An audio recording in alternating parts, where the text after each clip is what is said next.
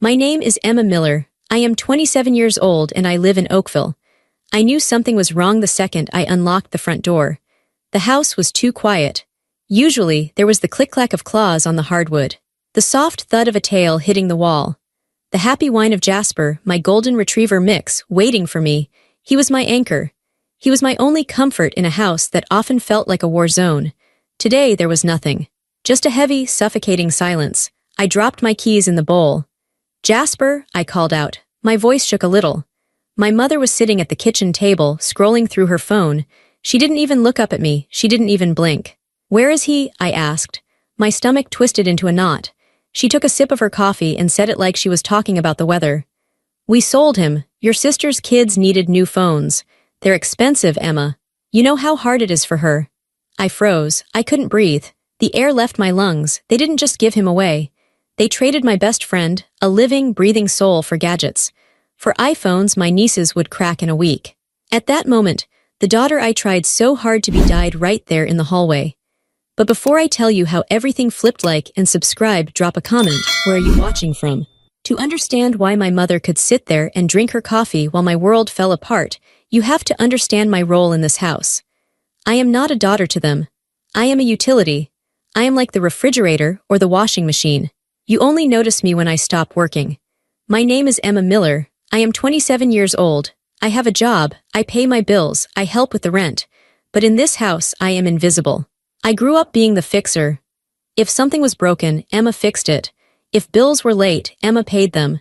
If my parents argued, Emma was the mediator. If my sister, Sarah, had a crisis, which was every other Tuesday, Emma had to drop everything to help her. Sarah is 2 years older than me. She was the golden child. She was loud, demanding, and dramatic. My parents loved it. They fed off her energy. When Sarah walked into a room, the air changed. Everyone had to look at her. Everyone had to listen to her. I was the opposite. I was quiet. I was steady. I kept my head down and did what I was told. I thought that if I was good enough, if I was helpful enough, they would love me. I thought that if I carried enough of their burdens, they would eventually look at me and say, "Thank you, Emma. We appreciate you." That moment never came. I remember my high school graduation. I was valedictorian. I had worked so hard. I studied late into the night while my parents watched TV. I cooked dinner while Sarah was out with her friends. I thought, this is it. This is my moment. On the morning of the ceremony, Sarah called. She had a flat tire. She was crying hysterically. My father looked at me in my cap and gown. He didn't say, "I'm proud of you." He tossed me his car keys. "Go get your sister," he said. "She's stranded." "But Dad," I said. "The ceremony starts in an hour." "Family comes first, Emma," my mother snapped. "Don't be selfish. Your sister is scared." I went. I changed the tire. I got grease on my graduation dress. We missed the beginning of the ceremony. I missed walking across the stage when they called my name. When we finally got there, my parents didn't apologize to me. They hugged Sarah. They asked if she was okay. They bought her ice cream because she had a traumatic morning. I stood there in my stained dress, holding my diploma case that I had to pick up from a cardboard box later, and I felt entirely alone. That was my life. My mother manipulated through guilt. She was a master at it. "After everything we've done for you," she would say, "we put a roof over your head. We fed you." She made basic parenting sound like a heroic sacrifice that I owed her a debt for. If I ever tried to say no, she would clutch her chest. She would cry. She would say I was breaking her heart. My father was different. He didn't use guilt. He used dismissal. If I tried to talk to him about my day, he would turn up the volume on the TV. If I told him I was struggling, he would tell me to toughen up. "You're too sensitive," he would say. "Stop making a big deal out of nothing." But if Sarah had a problem, if Sarah needed money, if Sarah needed a babysitter for her 3 kids, then suddenly it was a crisis. Then it was an emergency. Sarah had 3 kids, my nieces. I loved them, but they were becoming just like her. Entitled, loud, demanding. Sarah was always struggling. She had a new phone every year, but she couldn't pay her electric bill. She had designer purses, but she needed my parents to buy groceries for the kids. And who paid for it? Often it was me. I worked as a graphic designer. I made decent money, but I stayed at home to save for a house of my own. Or that was the plan. In reality, my money went into the family pot. "Emma, can you cover the electric bill this month? Your dad's hours got cut." "Emma, we need to fix the boiler. Can you transfer some money?" Emma, Sarah needs help with the kids' school supplies. I gave and I gave. I thought I was buying love. I thought I was buying my place in the family. Then came Jasper. I found him 2 years ago. He was a stray, wandering near my office building. He was skinny, dirty, and scared. His golden fur was matted with mud. I sat on the sidewalk for an hour, holding out a piece of my sandwich. He finally came to me. He licked my hand. His eyes were big and brown and full of a sadness that I recognized. I took him home. My mother hated him instantly. "A dog," she screeched. "We don't need another mouth to feed. It's dirty. It's going to shed everywhere." "I'll take care of him," I promised. "I'll pay for his food. I'll clean up after him. You won't even know he's here." I named him Jasper. Jasper was the first living thing in that house that looked at me with love. When I came home from work, tired and drained, Jasper didn't ask me for money. He didn't ask me to fix anything. He didn't tell me I was selfish. He just wagged his tail. He leaned his heavy head against my leg. He let out a long sigh that seemed to say, "You're home. I'm safe. You're safe." For 2 years, Jasper was my shield. When my mother started yelling about how I wasn't doing enough, I would go to my room and hug Jasper. When my sister called demanding free babysitting, I would take Jasper for a long walk. He was my anchor. He kept me sane. He was the only one who listened to me. I would talk to him late at night. I would tell him about my dreams. I would tell him how much I wanted to leave this house. He would look at me with those soulful eyes, and I felt understood. My family knew this. They saw how much I loved him. They saw that he was the one thing that was purely mine. They didn't like it. My mother would complain that I spent too much time with the dog. "You care more about that beast than your own family," she would say. My sister would roll her eyes when I talked about him. "It's just a dog, Emma. Get a life." They were jealous. Not because they wanted the dog, but because the dog made me happy. And when I was happy, I was less useful to them. When I had Jasper, I had a reason to say no. I had a reason to leave the house. I had a boundary. They hated that boundary. I should have seen it coming. I should have known they would come for him.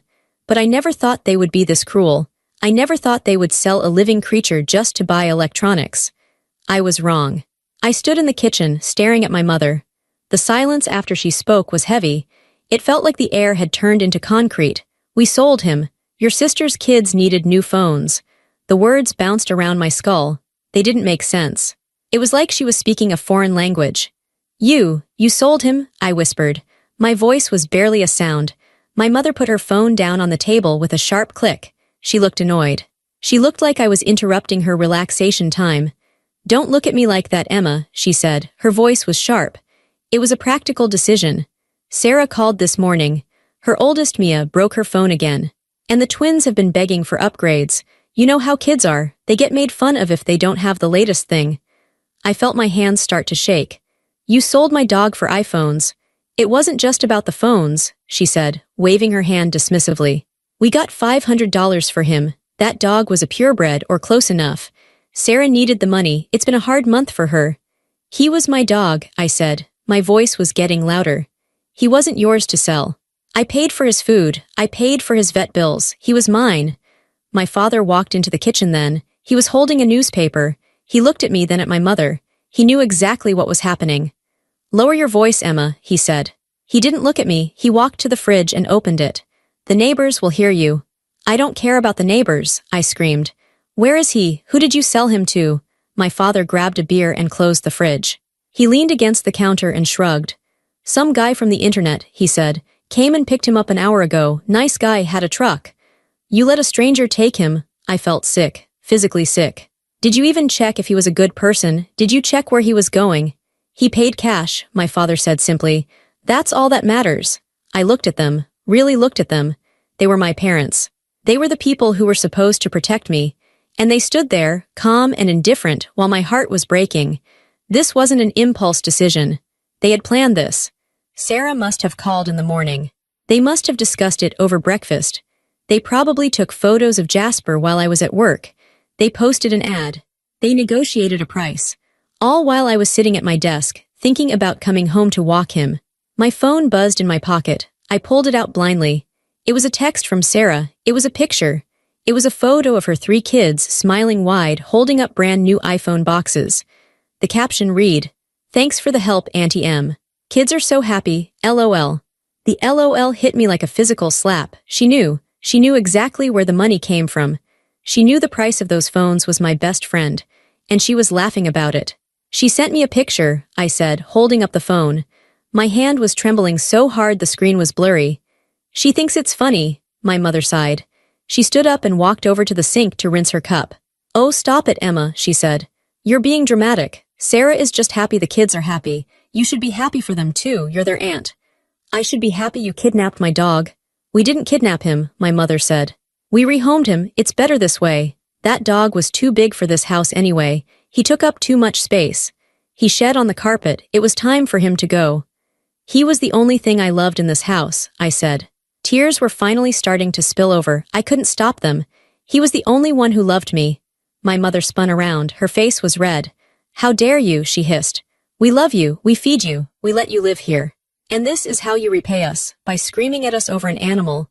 It's just a dog, Emma, my father added. He took a sip of his beer. You can get another one, or get a hamster, something cheaper. They didn't get it. Or maybe they did, and they just didn't care. It wasn't about the animal. It was about what he represented. He was mine. He was my comfort. He was my boundary. By selling him, they were sending a message. A clear, brutal message.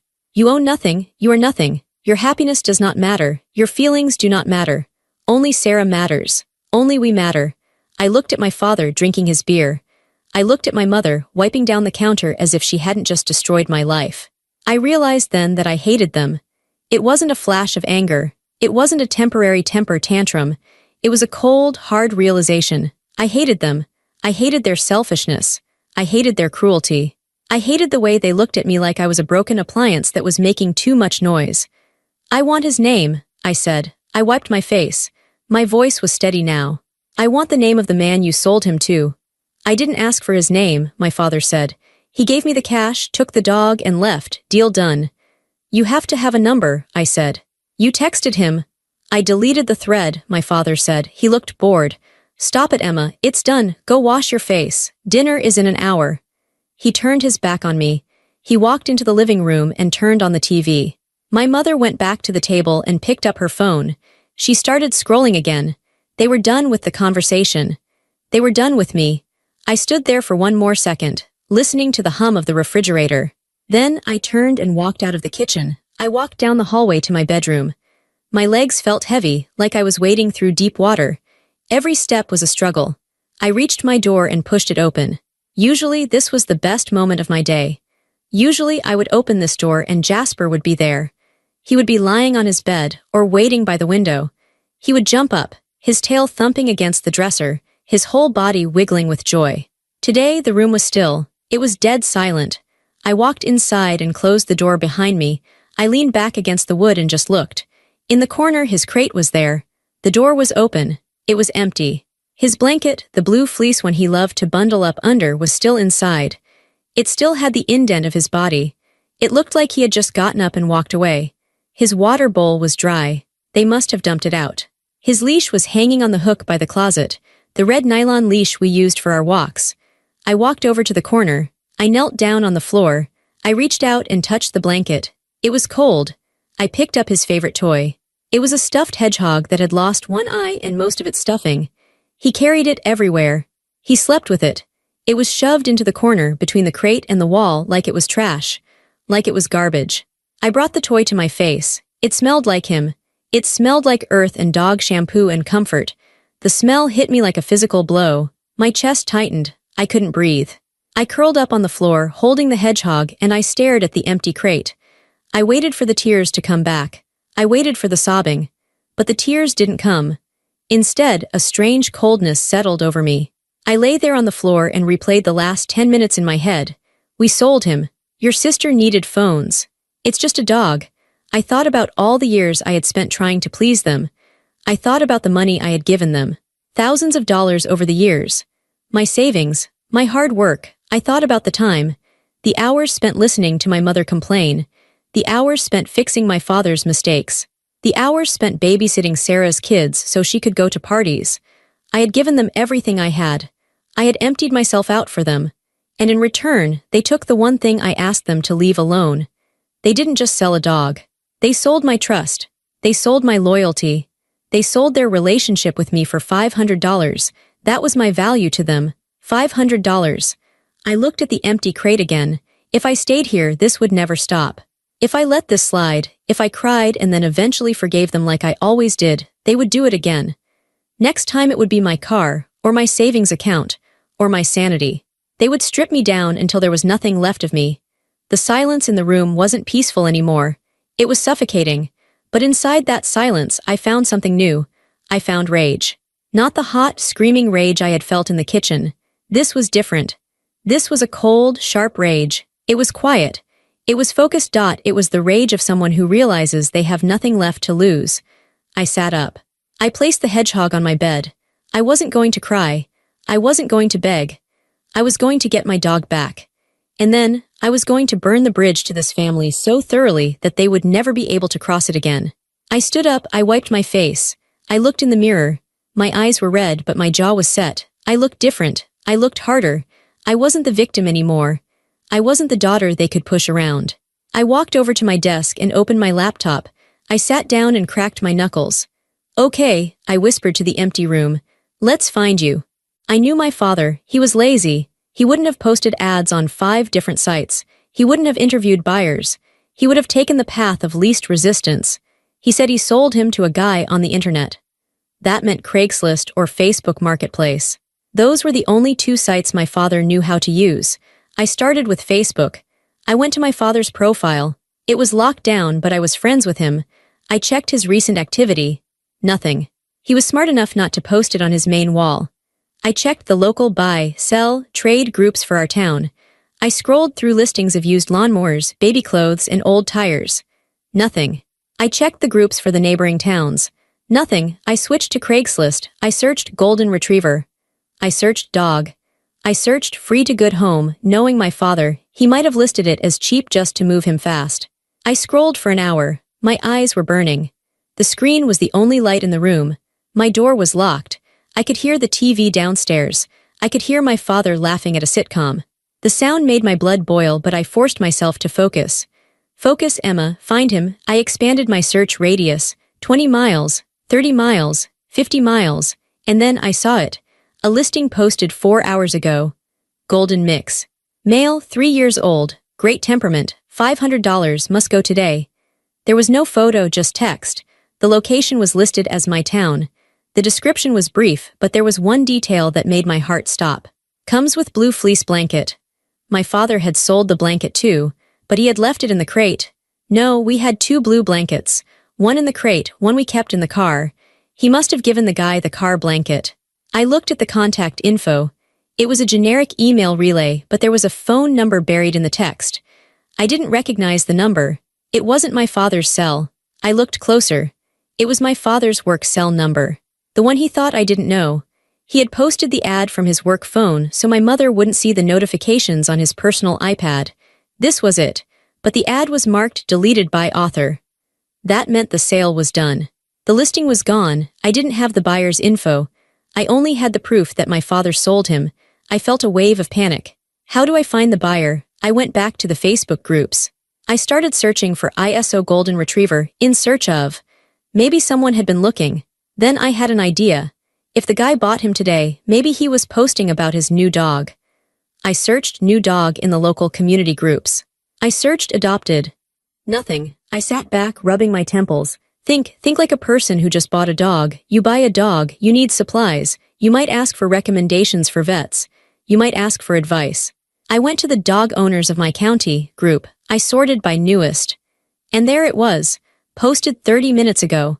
A grainy photo of a golden retriever sitting in the back of a pickup truck. He looked scared. He was looking at the camera with wide, confused eyes. The caption read, "Just picked up this guy. Previous owner said they were moving and couldn't take him. Seems sweet but a little nervous. Anyone know a good mobile groomer? He smells like cigarettes." My father smoked. The house always smelled like cigarettes. It was Jasper. I knew that face. I knew that white patch on his chest. I clicked on the profile. The name was Mike Henderson. He lived in the next town over, about 40 minutes away. I didn't hesitate. I didn't send a message. I didn't wait. I grabbed my keys. I grabbed Jasper's leash from the hook. I opened my bedroom door. The hallway was dark. I crept down the stairs.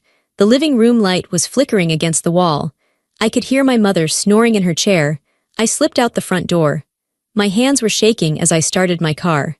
I punched the name Mike Henderson into my GPS on my phone. A generic address popped up. It was a guess, but it was a start. I drove fast, probably too fast. I rehearsed what I was going to say. I would offer him double. I would offer him everything in my savings account. I would beg. I would threaten. I didn't care. I wasn't leaving without my dog. The drive felt like it took 10 years. I pulled into a driveway of a small ranch house. There was a pickup truck in the driveway, the same truck from the photo. I killed the engine. I got out. I walked up to the front door. It was 9:30 p.m. It was late to be knocking on a stranger's door. I knocked anyway, hard. A minute passed, then the porch light flicked on. The door opened. A man stood there. He was big, wearing a flannel shirt. He looked confused. "Yeah," he said. "Can I help you?" "You bought a dog today," I said. My voice was breathless. "A golden retriever mix from a man in Oakville." The man's eyes narrowed. "Yeah, who are you?" "I'm his daughter," I said. "He stole that dog. He sold him without my permission. That dog is my baby. He is my everything." I held up the leash. My hands were trembling. "Please," I said. Tears were running down my face now. "Please, I have cash. I'll pay you whatever you want. I just want him back." The man looked at me. He looked at the leash in my hand. He looked at the desperation in my face. He let out a sigh. He rubbed the back of his neck. "He told me he was moving to Florida," the man said. "Said the dog needed a yard." "He lied," I said. "He sold him to buy iPhones." The man shook his head. "Unbelievable." He turned and shouted into the house. "Babe, bring the dog." A woman appeared in the hallway behind him. She was holding Jasper by the collar. As soon as Jasper saw me, he froze. "Jasper," I whispered. He let out a bark, a loud, sharp bark. He wrenched himself free from the woman's grip. He launched himself at the storm door. He was scratching at the glass, whining, crying. The man opened the door. Jasper hit my chest like a cannonball. I fell back onto the porch steps, but I didn't care. He was licking my face. He was crying, that high-pitched, happy cry that dogs do. He was wrapping his paws around me. I buried my face in his fur. He smelled like cigarettes and fear, but he was here. He was safe. "I've got you," I sobbed. "I've got you, buddy. I'm sorry. I'm so sorry." I looked up at the man. I reached for my wallet. "How much?" "I have 500 right now. I can go to an ATM." The man looked at his wife. The wife was wiping her eyes. "Keep your money," the man said. "I'm not taking money for a stolen dog. That's messed up." "Are you sure?" I asked. "Take him home," he said, "and keep him away from your dad." "I will," I said. I stood up, clipping the leash onto Jasper's collar. The click of the metal was the best sound I had ever heard. "Thank you," I said. "Thank you so much." I walked Jasper to the car. He jumped into the passenger seat like he had done 1,000 times before. I got in and locked the doors. I looked at him. He was panting, looking at me with adoration. "We're going home," I told him, "but not to stay." I started the engine. I wasn't just bringing a dog home. I was bringing back a war declaration. I drove back to my parents' house. The adrenaline was fading, replaced by that cold resolve again. I pulled into the driveway. The house was dark now. They had gone to bed. I unlocked the front door. I walked in with Jasper. My mother must have heard the door. She was standing at the top of the stairs in her bathrobe. "Emma," she called out. "Where have you been? It's almost 10 o'clock."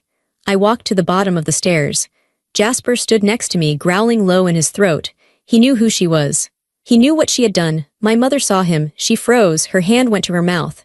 "How?" she stammered. "How did you?" "I found him," I said. My voice was calm, deadly calm.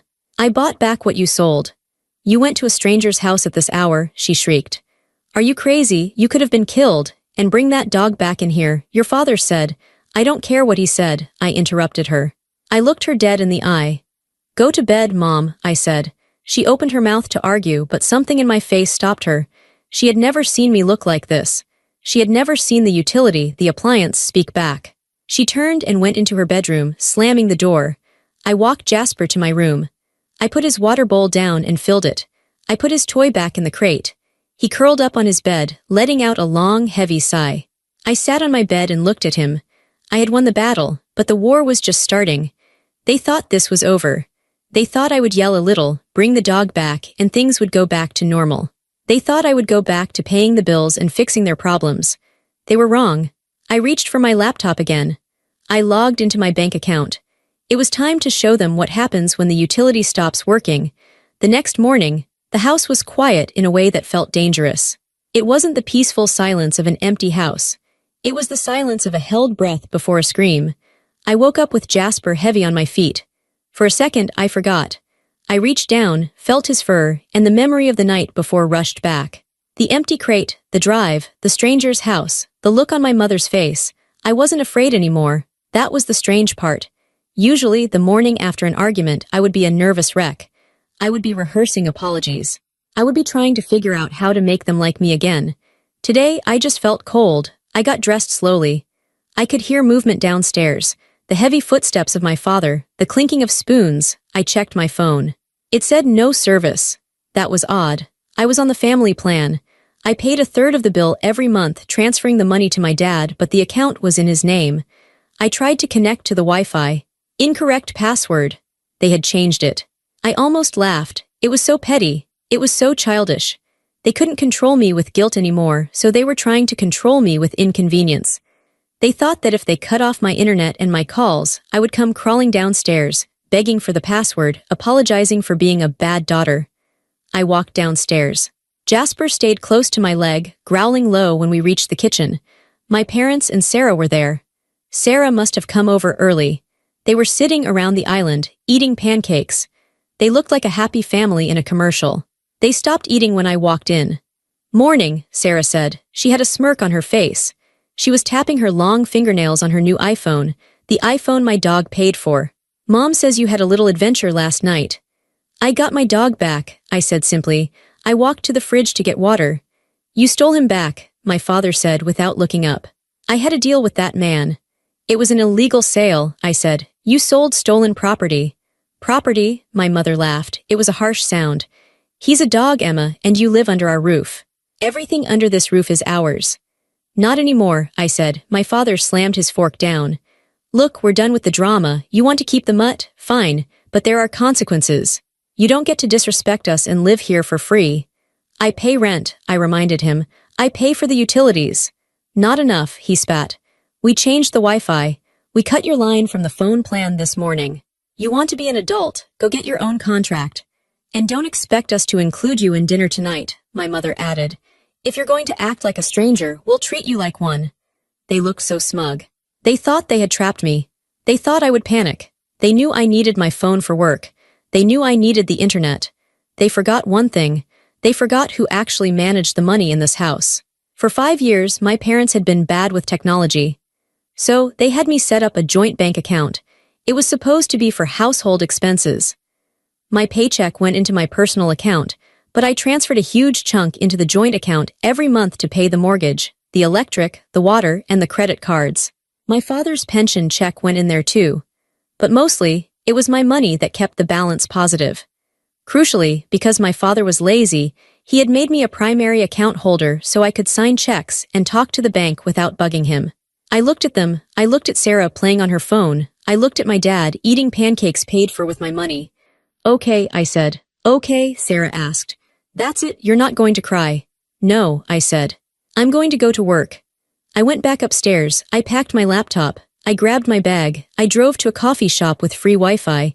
I bought a black coffee and sat down. My hands were steady.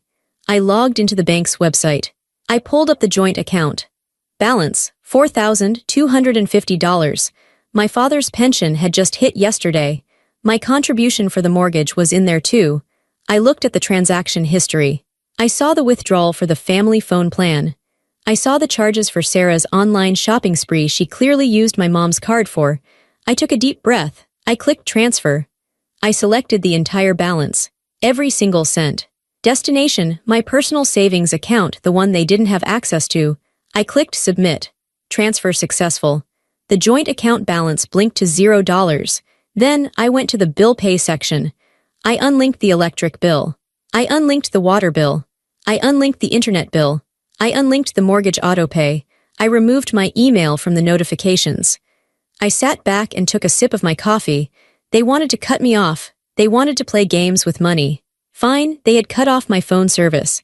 I had just cut off their life support. My phone, which was only working on Wi-Fi now, started to buzz with emails confirming the transfers. I felt a dark sense of satisfaction. In about 3 days, the mortgage payment would bounce. In a week, the electric company would send a past due notice.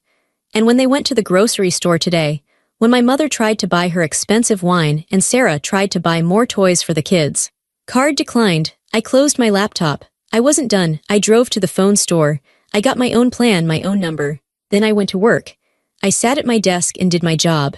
I didn't answer the messages that started flooding in around noon. First, it was my mother. Emma, why is the card not working? I'm at the checkout. Then my father, what did you do to the account? Then Sarah, you selfish witch, fix it now. Mom is crying. I deleted them all. They had spent years telling me I was worthless. They had spent years telling me I didn't contribute enough. Today, they were finding out exactly what I was worth. When I got home that evening, the atmosphere had shifted from smugness to panic. I pulled into the driveway. My father's truck was there. Sarah's car was there. I took a deep breath. I turned to Jasper in the passenger seat. Stay here, buddy, I said. I'll be right back. I walked into the house. It was chaos. My mother was sobbing at the kitchen table. My father was pacing back and forth, his face purple with rage. Sarah was screaming into her phone, probably at her husband, complaining about me. When I walked in, the room went silent. You, my father roared. He pointed a shaking finger at me. You put that money back right now. That is theft. It's not theft, I said calmly. It's a joint account. My name is on it. And considering I've put in about 80% of the money in there over the last 5 years, I was just taking back my investment. We can't pay the mortgage, my mother wailed. We can't buy food. You have Sarah, I said, looking at my sister. Sarah got $500 for my dog. Surely she can help you with groceries. Sarah glared at me. I spent that money. The kids needed cases for the phones. Well, I said, that sounds like a you problem. You are ungrateful, my father spat. After everything we did for you, we raised you. You did the bare minimum required by law, I said. And you made me pay for it every single day. I didn't stop walking. I went past them up the stairs. I went to my room. I pulled my big duffel bag out of the closet. I didn't pack everything. I didn't want everything. I took my clothes. I took my laptop. I took my important documents, birth certificate, social security card, passport, which I kept in a lockbox because I never trusted them. I looked around the room. It was the room I had grown up in. The walls were painted a pale yellow I had picked out when I was 12. I felt nothing for it. It wasn't a sanctuary, it was a cage. My mother appeared in the doorway. She wasn't crying anymore. Now she looked desperate. Emma, she said, her voice was trembling. Emma, please, be reasonable. We can talk about this. Just transfer the money back. We're family. I didn't look at her. I kept folding my shirts. We sold the dog because we needed the money, she lied. We were desperate, your father's pride. He didn't want to ask you for more. You didn't ask, I said. You stole. We can fix this, she said. We'll apologize. Is that what you want? An apology? I'm sorry, okay, I'm sorry. It was the most hollow apology I had ever heard. She was only sorry because the ATM had stopped dispensing cash.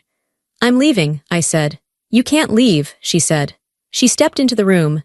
Where will you go? You need us. Who will take care of you? I zipped up the bag. I swung it over my shoulder. I've been taking care of myself since I was 10 years old, I said. And for the last 5 years, I've been taking care of all of you too. I walked past her. She tried to grab my arm. I pulled away sharply. Don't touch me, I said. My father was waiting at the bottom of the stairs. He was blocking the door. If you walk out that door, he threatened, don't you think about coming back. I will change the locks. You will be dead to us. I looked at him.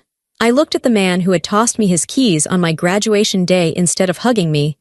I looked at the man who sold my best friend to a stranger.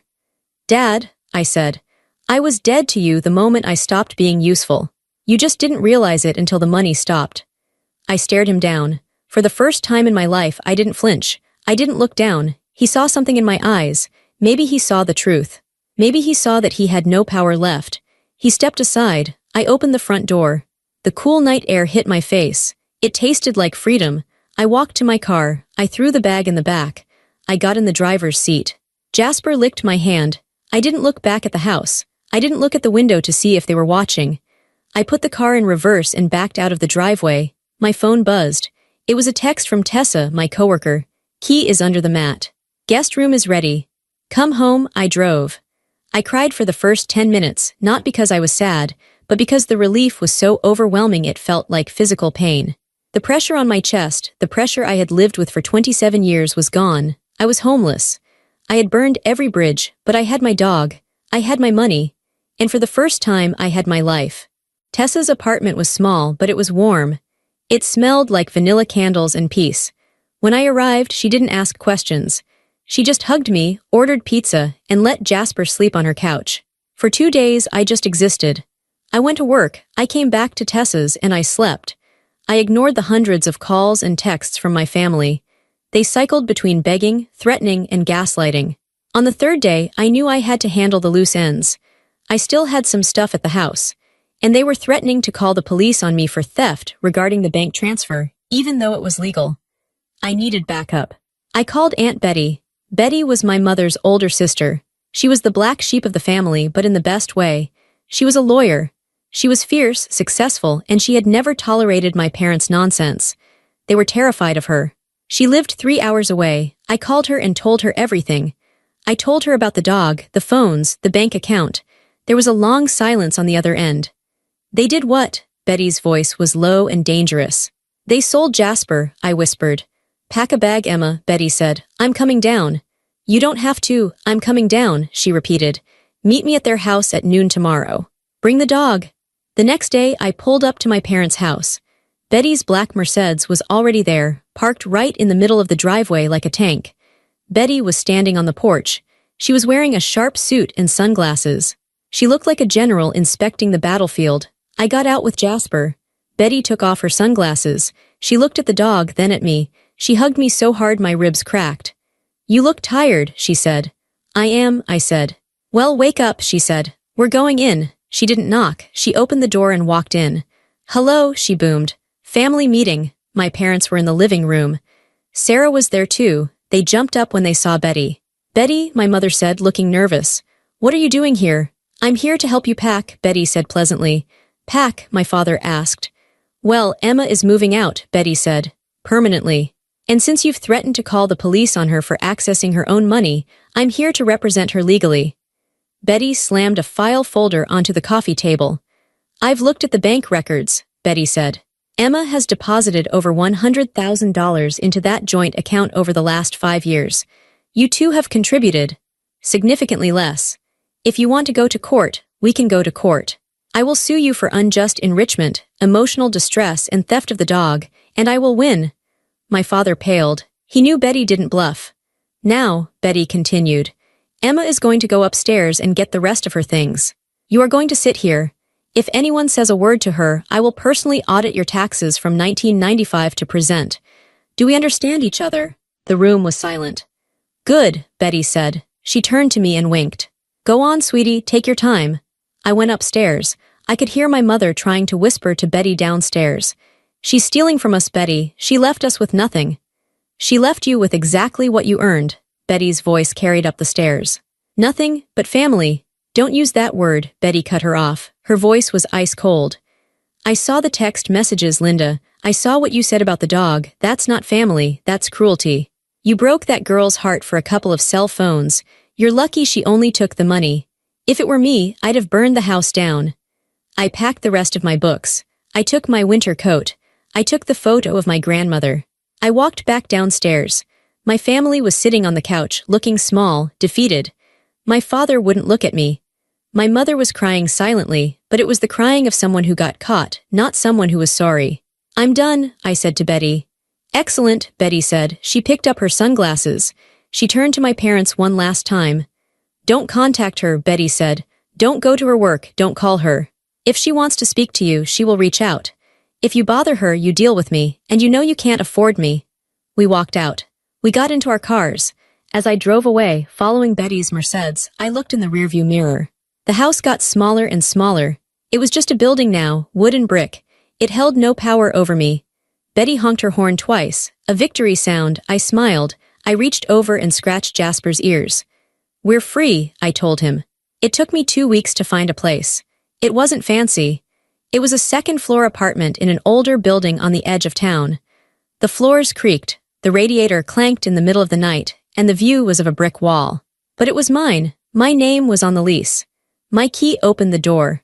For the first time in my life, I bought groceries just for me. I bought the expensive cheese because I wanted it. I bought the cereal my father hated. I bought Jasper a new bed, a huge orthopedic memory foam one that cost way too much, but I didn't care. The first night in the apartment was strange. I kept waiting for someone to yell. I kept waiting for a crisis. I sat on the floor of the living room, I didn't have a couch yet, and ate pizza with Tessa and Betty. To new beginnings, Betty said, raising a plastic cup of wine. To freedom, Tessa added. To Jasper, I said. Jasper barked. He was exploring the corners, sniffing everything. He seemed to know that this was permanent. He wasn't anxious anymore. He didn't pace. He settled down right in the middle of the room and fell asleep, belly up. A month later, a letter arrived in the mail. It was my mother's handwriting. I stood by the mailbox, holding the envelope. My heart hammered for a second, an old reflex. I went upstairs and sat at my kitchen table. I opened it. It wasn't an apology. Of course it wasn't. Emma, we hope you are doing well. The house is very quiet without you. Your father's back is acting up again, and it's hard for him to mow the lawn. Sarah is struggling with the kids. The twins miss their aunt. We think enough time has passed. We are willing to forgive your outburst and the money situation if you come home for Sunday dinner. Let's put this behind us. We are a family, and families forgive. Love, Mom. I read it twice. We are willing to forgive you. They still thought they were the victims. They still thought I was the one who had sinned. They wanted me back not because they missed me, but because the lawn needed mowing and the bills needed paying. They wanted the utility back. I looked at the love, Mom, at the bottom. I didn't feel angry. I didn't feel sad. I just felt nothing. It was like reading a letter from a stranger. I stood up. I walked to the drawer in the kitchen where I kept my junk, batteries, rubber bands, takeout menus. I put the letter in the drawer. I didn't throw it away. I wanted to keep it. I wanted to keep it as a reminder of who they really were. Whenever I felt lonely, whenever I started to think maybe I should call them, I would read that letter. I would read the part where they offered to forgive me for saving my own life. I closed the drawer. I walked into the living room. The sun was streaming through the window. Jasper was sleeping in a patch of sunlight. I sat down next to him. I buried my face in his neck. I had lost my parents. I had lost my sister. I had lost the home I grew up in. But I had found myself. I looked around my imperfect, creaky, small apartment. It was the most beautiful place I had ever seen. It's been 6 months now. I haven't spoken to them. Aunt Betty tells me they are struggling. My father had to go back to work part-time. Sarah had to sell the new phones to pay a credit card bill. They are living the life they built. I am living mine. I got a promotion at work. I started painting again, something I hadn't done since high school because my mother said it was messy. I have friends, real friends like Tessa, who don't want anything from me other than my company. Tonight, the apartment is quiet. The good kind of quiet. I'm lying in bed. Jasper is beside me, his head resting on my ankles. His breathing is steady and deep. I reach down and stroke his soft ears. They thought they could take you from me, I whisper to him. They thought I was weak. They didn't know who I'd become because of it. Jasper lets out a sleepy sigh.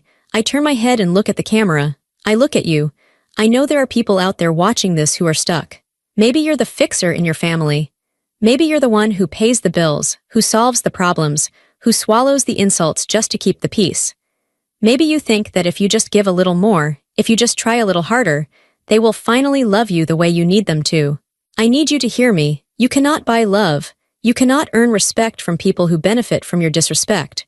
When I stopped letting them use me, they stopped loving me. That means they never loved me at all. They only loved what I could do for them. It hurts to realize that. It hurts to walk away. It is terrifying to step out into the dark with nothing but a duffel bag and a dog. But the light on the other side, it is so bright. If you have to choose between your family and your soul, choose your soul. If you have to choose between keeping the peace and keeping your sanity, choose your sanity. And if you ever have to walk away from the people who were supposed to protect you, don't look back, just keep walking. I'm Emma, this is Jasper, and we are finally home. Subscribe for the next story.